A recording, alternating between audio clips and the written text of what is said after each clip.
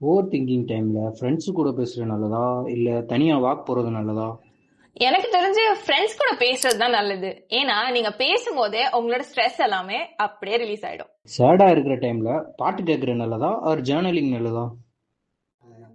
Journal தான் நல்லது அப்படின்னு சொல்லுவேன். ஏன்னா அப்பதான் உங்களோட தாட்ஸ் எல்லாத்தையுமே ஒரு பேப்பர்ல எழுத முடியும்.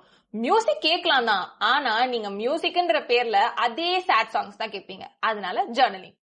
ஸ்ட்ரெஸ்ஸா இருக்கும்போது தூங்குறது நல்லதா இல்ல ஜிம்முக்கு போறது நல்லதா? என்ன கேட்டா ஜிம்க்கு போறது தான் நல்லது. ஏன்னா உங்களோட ஸ்ட்ரெஸ் எல்லாமே அங்க நீங்க பர்ன் அவுட் பண்ண முடியும்.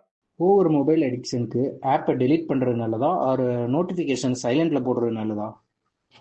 ரியாலிஸ்டிக்கா பேசலாங்க. நோட்டிபிகேஷனை தான் நீங்க சைலண்ட்ல பண்ண முடியும். ஆப்பை டெலீட் பண்ணிட்டா மறுபடியும் உங்களால இன்ஸ்டால் பண்ண முடியாதா என்ன? தூக்கம் வரலன்னா புக் படிச்சா தூக்கம் வருமா ஒரு மைல்ட் மியூசிக் கேட்டா தூக்கம் வருமா? புக் படிச்சா தூக்கம் வருமா என்ன?